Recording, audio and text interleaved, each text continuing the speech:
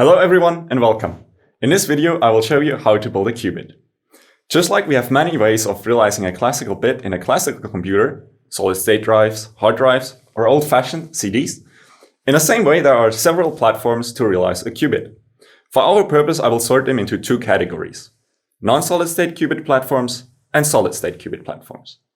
In the non-solid-state qubit implementations, two major platforms have emerged.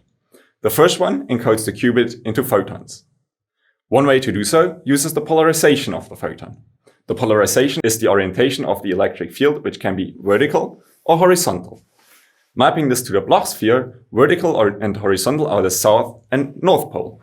The plus and minus states become diagonal and anti-diagonal polarizations. The plus I and minus I states become rotating polarizations. Plus I rotates clockwise and minus I rotates anti-clockwise. In this way, we can differentiate the two polarizations and measure the state of the photon. These approaches can be used to not only build photonic quantum computers, but also to connect quantum computers and send qubits between them. Thus, photons also play a vital role in quantum key distribution. The second platform in the non-solid state category is trapped ions. As the name suggests, this platform is made of electrically charged particles in a trapped alternating electric field. The electric field looks like a saddle, with the ion being the small gray ball in the center. This is done at a high vacuum such that the ions are well isolated from any environment and can be cooled. Once the kinetic energy of the ions is low enough, so that they are in a ground state, we can deliberately excite them using lasers and read out this excitement with a camera. The qubit state 0 and 1 are the ground state and the excited state of the ion. State-of-the-art traps can store more ions than you can see in the image, where every colored blob is one excited ion. Therefore, they are a promising candidate for larger systems. When it comes to solid-state platform, there's a large variety of implementation. For this video, I will focus on three of them. The first one is, thanks to Google and IBM, probably the most well-known platform and consists of superconducting qubits. The most common implementation is the so-called transmon qubit. The term transmon is actually an abbreviation for transmission line shunted plasma oscillation qubit. In simpler terms, the physical system is an anharmonic oscillator. As you might know, a harmonic oscillator has energy levels that are equidistant to each other with a spacing h times f, the resonance frequency f, and the Planck constant h. In the anharmonic case, the higher energy levels are shifted with respect to each other. The higher the energy level, the closer together they are in energy. This allows us to selectively address specific transitions in the oscillator. Usually, the first transition, F01, is used to encode a qubit. Gates and measurements are performed using microwaves in nearby superconducting resonators. So far, this approach has scaled very well, and processors with over 50 qubits have been demonstrated. The technology can be regarded as the workhorse of quantum computing technology. Another solid-state approach relies on nitrogen vacancy centers, or in short, NV centers in diamond. To ease the understanding of exactly such a nitrogen vacancy center, let's take a look at this crystal. If all the black atoms here were carbon atoms, we would have a regular diamond that you could buy at your local jewelry. To get an NV center, we first remove one carbon atom and then replace an adjacent one with a nitrogen atom. The nitrogen atom is green in this animation and offers one additional electron, which is depicted in red.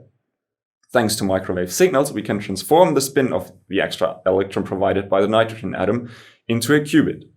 But we can not only use the extra electron as a qubit, but also the nitrogen atom itself. Then we use light to encode the qubit. Since these NV centers couple well to light, they are a prime candidate as local nodes for quantum communication using photons to transmit the information.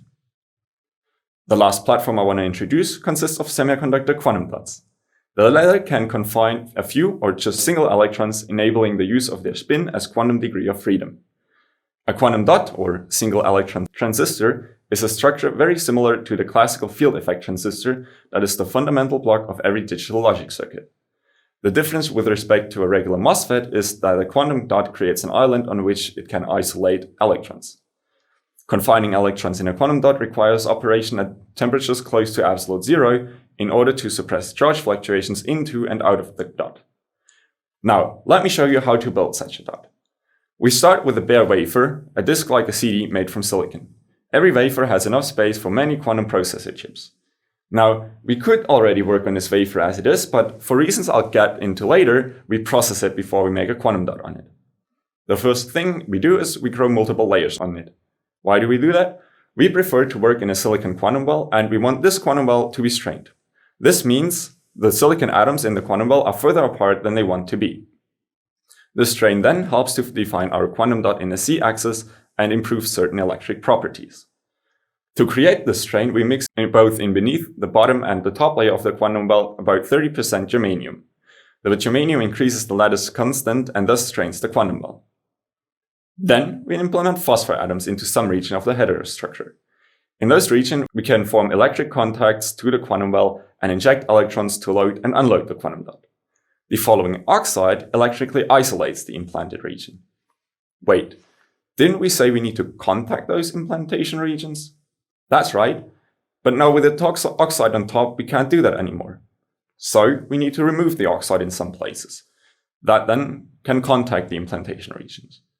And now the implantation regions are isolated except for those regions under the metal contacts. These type of contacts are also called ohmic contacts.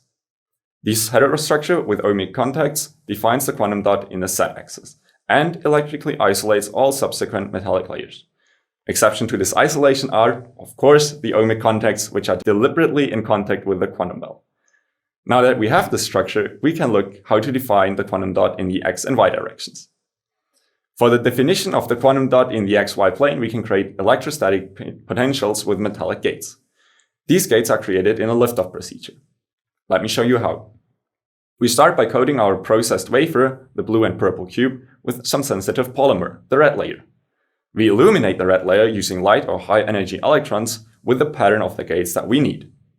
This illumination steps allows us to dissolve or develop these parts more easily. After that, we evaporate a thin metal layer on both the resist and the substrate. Afterwards, we then dissolve the remaining polymer. By doing so, we remove or lift off all metal that was on top of the resist. This procedure only leaves the metal where we illuminate the polymer. Now we have our gates. If we need a second layer of gates, we again need some oxide to electrically isolate the first layer. After the oxide is deposited, we can go back to the first step and start over. Even though these steps can in principle be repeated many times, in practice we seldom use more than a few layers. The final step, after all layers are deposited, is to cut the wafer and separate each quantum processor chip. With an appropriate gate pattern, which could look like this one, and the corresponding schematic cross-section, we now have a fully working quantum dot with a discrete spectrum that we can use to make qubits.